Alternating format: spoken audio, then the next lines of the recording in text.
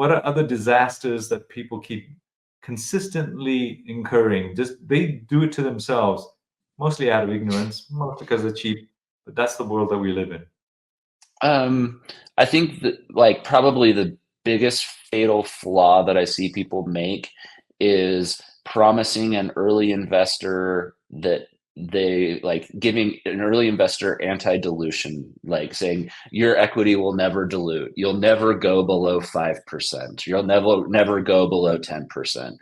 Um, because number one, an investor who asks for that isn't an investor you should take money from. It's a bad scenario, and it's short-sighted because you want to see the size of the pie increase and double, triple, 10x, 100x, 1000x, right? And a good investor will get in and continue to invest, but not expect an initial investment will keep a certain percentage. I had a business who was 2 days before signing a 10 million Series A, but could not get a prior investor to back off of his anti-dilution provision that they granted, and went from 2 days from signing to filing for bankruptcy, and the business no longer exists. And like, that was the most catastrophic thing I've ever seen, happen that way. So anti-dilution rights, if anybody's asking for it, be very careful. There are different ways they're done. There are like different types of anti-dilution that come up in venture capital packages that are okay, but like a strict, like your equity will never go below X percentage is really bad for the business and growth. And that's one where I've seen the really big problems.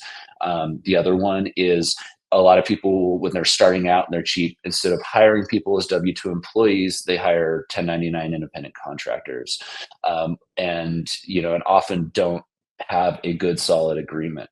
The scary thing is independent contractors are considered to own what they create under those contracts, unless your contract specifically says that it is being transferred as a work made for hire. So if you go hire a developer on a 1099 contract, use their contract that doesn't have 1090 that provision, you may not own whatever that developer is developing. And so I've seen scenarios where we have to go back and be like, we got to have you sign these assignments and do all of this stuff because we're preparing for due diligence. And they're like, you may not own a key piece of your software, a key piece of your intellectual property because of that. And so like the independent contractor contracts, especially when developing IP, it's crucial that you have that. It's really important for employees to sign those as well. Fortunately, there are some employment laws that help mitigate that issue, but that's another like really, really problematic one that's needed to be cleaned up. No vesting, we've talked about that. I think the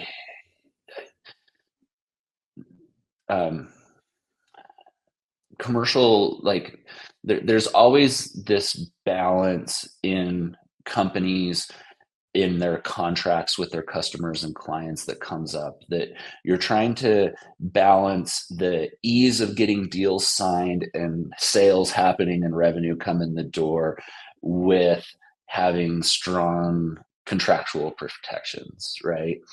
And so so like those initial contracts can sometimes, if you err on the side of making them very thin, very non-legalistic, can potentially cause problems for you.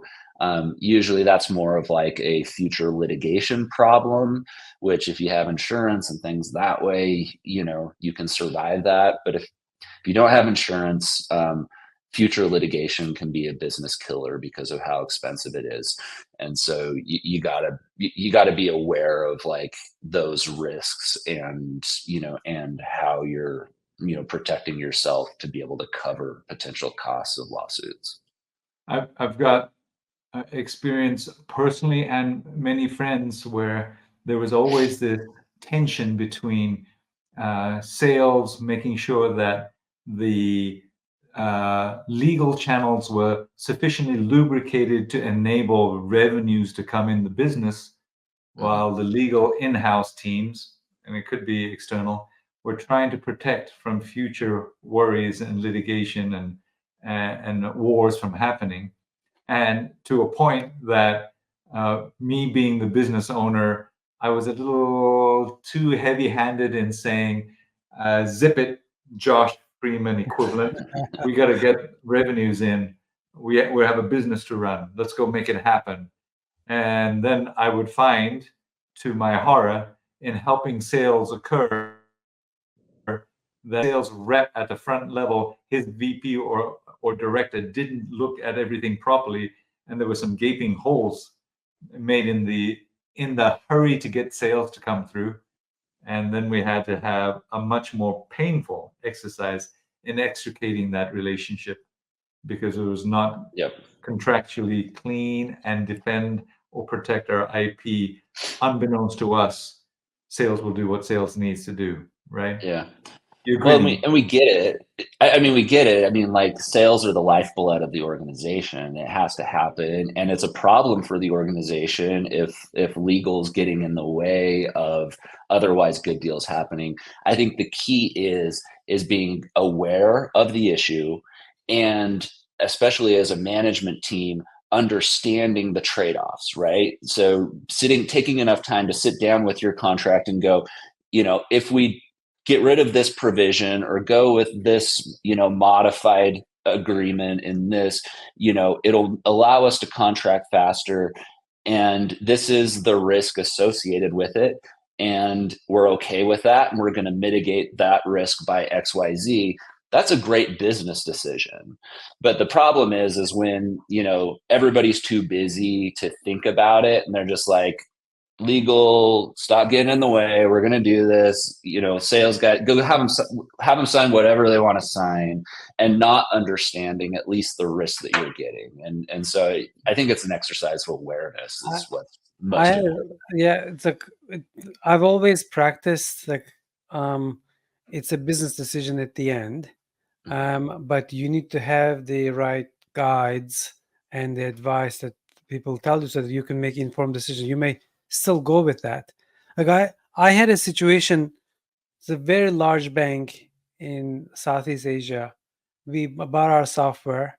It was like 120K annual subscription, something like that. And they put a clause that said, if this doesn't work and you cause some problems, you'll pay $1 million. Like, you should sign this because we want you to make sure that you're not going to damage our business by causing other problems, blah blah, right?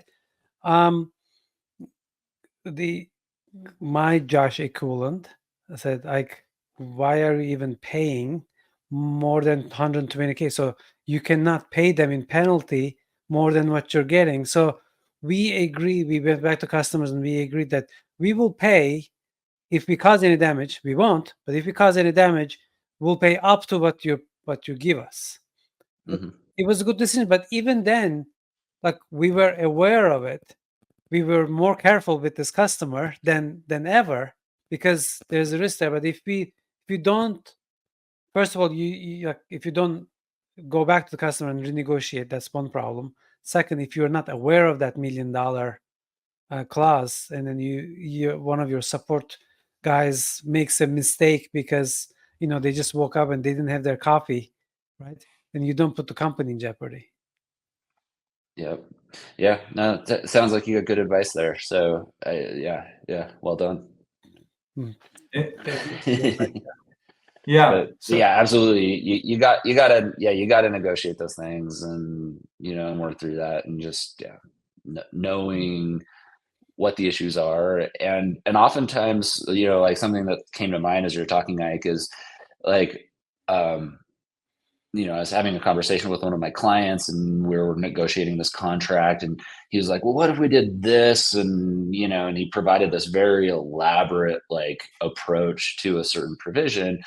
And is like, yeah, that's really interesting. And I mean, the nice thing with contracts is we can do whatever you want.